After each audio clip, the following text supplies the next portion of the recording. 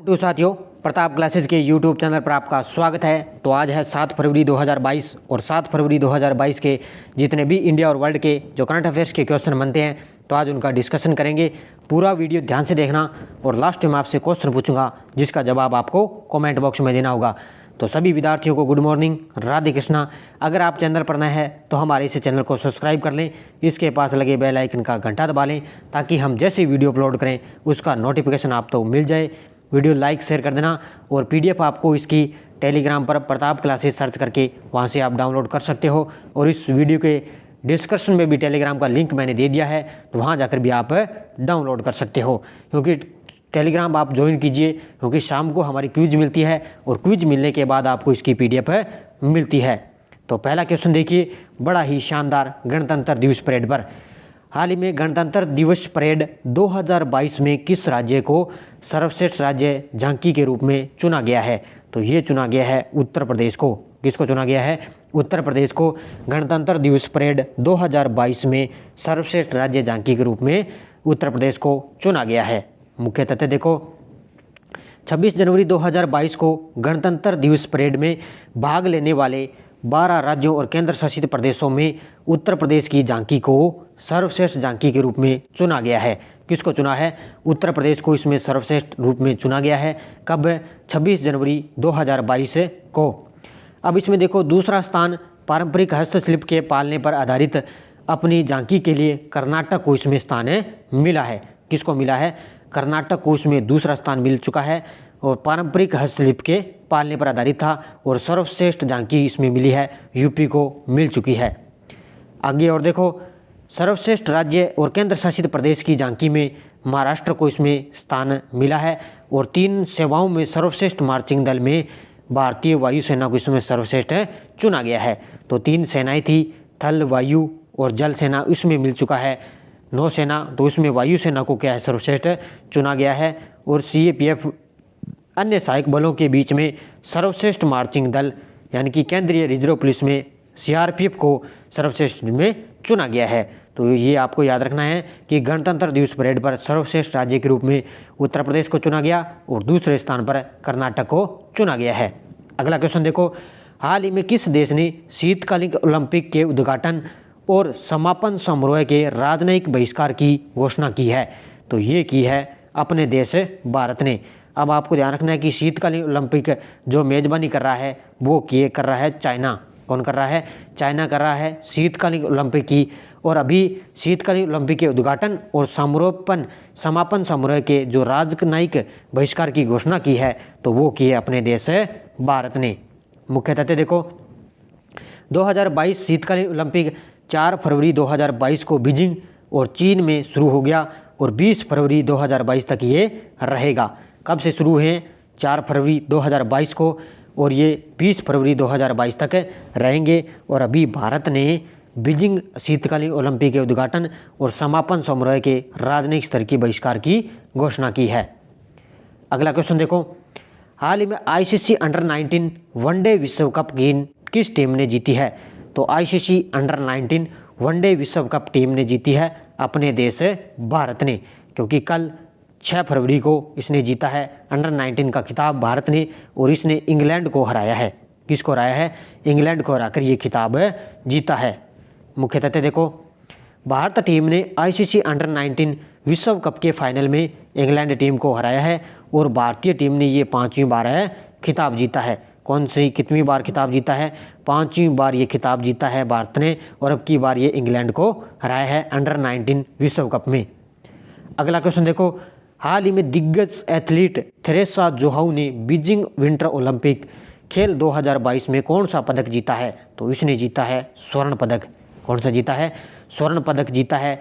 अभी चल रहे हैं बीजिंग यानी कि चीन में विंटर ओलंपिक खेल, तो उसमें दिग्गज एथलीट है थेरेसा जोहाऊ, इसने जीता है स्वर्ण पदक जीता है। मुख्य तथ्य देखो, नॉर्वे की है ये 33 वर्षीय दिग्गज एथलीट थेरेसा जोहाऊ ने बीजिंग विंटर ओलंपिक खेल 2022 का पहला स्वर्ण पदक इसने जीता है। और इसने अपने करियर में क्या है? कुल 4 पदक जीत लिए हैं। कितने जीत लिए हैं? कुल 4 पदक इसने जीत लिए। उनमें से 2 स्वर्ण पदक, एक रजत पदक और एक कांस्य पदक इसने जीता है, क्योंकि एक तो इसने अब भी जीत लिया स्वर्ण पदक, एक इसने जीता था 2010 में स्वर्ण पदक इसने जीता, और अब की कुल इसने टोटल जीत लिए हैं 4 पदक, और अभी विंटर ओलंपिक में इसने स्वर्ण पदक जीता है।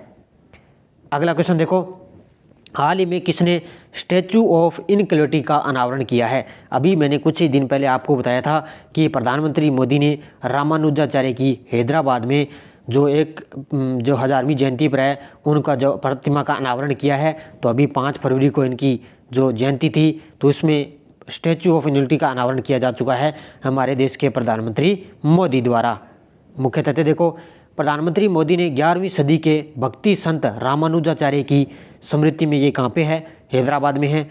216 फीट ऊंची स्टैचू ऑफ इनक्वालिटी राष्ट्र को समर्पित है, और इस प्रतिमा का उद्घाटन 12 दिवसीय श्री रामानुज शस्त्रिवती समारोह का एक हिस्सा है, और भक्ति संत की चल रही 1000वीं जयंती समारोह है। तो अब की इनको जो है 5 फरवरी 2022 को क्या है, इनकी 1000वीं जयंती बनाएगी, और अब की बार हैदराबाद में प्रधानमंत्री मोदी ने संत रामानुजाचार्य की इनकी जो मूर्ति का अनावरण किया है। अगला क्वेश्चन देखो, हाल ही में CMIE रिपोर्ट के अनुसार 2022 जनवरी 2022 में भारत की बेरोजगारी दर कितनी है? तो अभी इस रिपोर्ट के अनुसार है भारत की बेरोजगारी दर 6.57% इसकी गिरावट आ चुकी है। इसमें बेरोजगारी दर में 6.57% CMI इस रिपोर्ट के अनुसार। आर्थिक थिंक टैंक यानी कि centre for monitoring Indian economy के आंकड़ों के अनुसार ये रिपोर्ट आई है। Centre for monitoring Indian economy के अनुसार जनवरी 2022 में भारत में बेरोजगारी दर तेजी से गिरकर 6.57% हो चुकी है। कितनी हो चुकी है? 6.57%। और दिसंबर 2021 में बेरोजगारी दर बढ़कर 4 महीने के उच्च स्तर कितनी हो गई थी?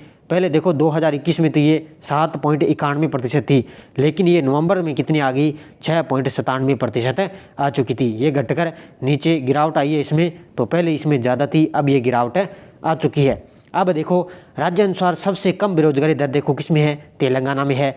देखो क्योंकि तेलंगाना में देखो जनवरी में सबसे कम बेरोजगारी दर है 0.7%, और सबसे टॉप पे देखो कौन है? हरियाणा है। कौन सा है?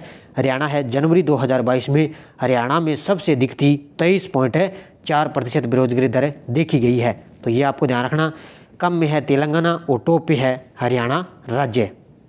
अगला क्वेश्चन देखो, हाल ही में भारत सरकार ने लेखा महानियंत्रक का अतिरिक्त प्रभार संभालने के लिए किसे नियुक्त किया है?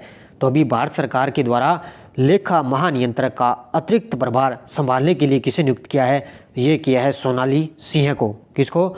सोनाली सिंह को। मुख्य तथ्य देखो, भारत सरकार ने 1 फरवरी 2022 से वित्त मंत्रालय के व्यय विभाग के तहत लेखा महानियंत्रक का अतिरिक्त प्रभार संभालने के लिए सोनाली सिंह को नियुक्त किया है, और ये किसका स्थान लेंगे? दीपक दास के स्थान पर। किसका स्थान है? दीपक दास के स्थान पर नियुक्त किया जा चुका है, और 31 जनवरी 2022 को ये सेवानिवृत्त हो चुके हैं। और अभी भारत सरकार ने सोनाली सिंह को लेखा महानियंत्रक का अतिरिक्त प्रभार नियुक्त किया गया है।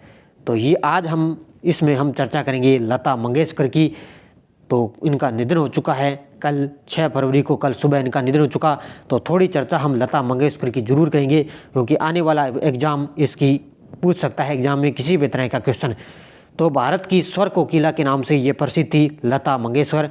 जन्म इसका 28 सितंबर 1929 इंदौर में हुआ था, और निधन 6 फरवरी 2022 को कल सुबह इनका निधन हो गया। और कहाँ पे हुआ? मुंबई के ब्रिच कैडी अस्पताल में 92 वर्ष की आयु में इनका निधन हो चुका है। तो ये हमारे लिए खास है, क्योंकि आने वाले एग्जाम में इससे क्वेश्चन पूछा जा सकता है, क्योंकि भारत में बहुत ही मशहूर थी लता मंगेशकर। तो भारत की स्वर कोकिला के नाम से ये प्रसिद्ध थी। अब पुरस्कार देखो इसमें क्या क्या इनको मिल चुके हैं। फिल्म फेयर पुरस्कार में देखो 1958, 1962, 1965 में, 69, 93 और 94 में इनको ये पुरस्कार मिल चुके हैं। और राष्ट्रीय पुरस्कार देखो 1972, 1975 और 1990 में इनको राष्ट्रीय पुरस्कार मिल चुके हैं। और महाराष्ट्र सरकार द्वारा देखो 66 और 67 में महाराष्ट्र सरकार के द्वारा इनको पुरस्कार, आप ध्यान रखना आने वाले एग्जाम में पुरस्कार पूछे जा सकते हैं। अब इनको ये आपके लिए इंपॉर्टेंट हो सकता है कि 1969 में इनको पद्म भूषण पुरस्कार दिया गया, और देखो 1999 में इनको पद्म विभूषण पुरस्कार दिया गया। अब 1974 में देखो दुनिया में सबसे अधिक गीत गाने का गिनीज बुक रिकॉर्ड है, तो वो कब है 1974 में। और दादा साहब फाल्के पुरस्कार मिला था 1989 में। कब है 1989 में दादा साहब फाल्के पुरस्कार मिला। और फिल्म फेयर का लाइफ टाइम अचीवमेंट अवार्ड दिया गया 1993 में। और 2001 में भारत का नागरिक सम्मान भारत रत्न इनको सम्मानित किया गया है। तो ये आपके लिए खास हो सकते हैं, आने वाला एग्जाम हो सकता है इसमें आपसे एक क्वेश्चन जरूर है पूछ सकता है। अब पिछले वीडियो का क्वेश्चन देखो, हाल ही में स्पुत्निक गस्टर फेस्टिवल कहाँ मनाया गया है, तो ये बनाया गया है लद्दाख में। कहाँ पे बनाया गया है, लद्दाख में बनाया गया है। स्पुत्निक गस्टर फेस्टिवल है मनाया जा चुका है। तो सभी विद्यार्थियों का आंसर सही था, सभी विद्यार्थियों को हार्दिक शुभकामनाएं। अब क्वेश्चन फॉर यू कल के लिए देखो, हाल ही में देश की पहली बुलेट ट्रेन का पहला स्टेशन कहाँ बनेगा, तो सूरत, मुंबई, कोच्चि और चेन्नई। इसका जवाब आपको कमेंट बॉक्स में देना है। तो सभी विद्यार्थी कमेंट बॉक्स में जवाब दिया करो। अब यस्ट डोज देखो हमारी क्या थी कि भारत का सबसे ऊंचा नदी बांध कौन सा है, तो वो है टिहरी बांध। कहाँ पे है ये, उत्तराखंड में है, ध्यान रखना उत्तराखंड में है टिहरी बांध। और भारत का सबसे ऊंचा नदी बांध है। और भारत का सबसे लंबा बांध कौन सा है, तो वो है हीराकुंड बांध, और ये है उड़ीसा में। कहाँ पे है, उड़ीसा में है भारत का सबसे लंबा बांध। और अलमाटी बांध है वो किस नदी व राज्य में स्थित है, तो अलमाटी बांध है कृष्णा नदी, और ये है कर्नाटक में। तो आप ध्यान रखना कै के पे यानी कृष्णा कर्नाटक, कृष्णा कर्नाटक, ये आप ध्यान रखना।